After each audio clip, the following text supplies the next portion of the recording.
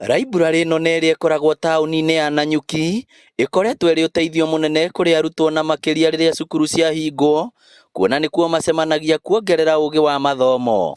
Ona kũrĩ ũguo hagũku wa ũgitĩri nĩ wongererekete na njĩra nene, na rĩrĩa arutwo marĩ gũkũ magakoragwo makĩiga ũtũũro wao hatĩka-inĩ, ũndũ ũrĩa ũcũngĩrĩirie gwakwo kwa rũthingo rwa mahiga. Mheshimiwa tulipozungumza naye alikubali kutusaidia, ametutengezea perimeter wall ambayo imezunguka library yetu. Security imekuwa ni very tight wakati huu na tumefurahia sana. Mũmbunge wa Laikipia ya ithũĩro Amin Dedi akiuga rũthingo rũrũ rũhũthĩrĩte kĩgĩna kĩa mũigana wa ciringi milioni 2 kuma kũrĩ kĩgĩna kĩa ũkũria wa matũũra. Mradi imegharimu shilingi milioni 2 kwa sasa, lakini haijakamilika, so itabidi sisi turudi kwa CDF tuwaombe tuone kama kuna vile tunaweza ongeza tukamilishe. Dedi augĩte rĩu arutwo nĩ marĩkoragwo na mweke mwega wa gũthoma mategwĩtigĩra. Tutaendelea kushirikiana na tutawapatia ile support wanahitaji.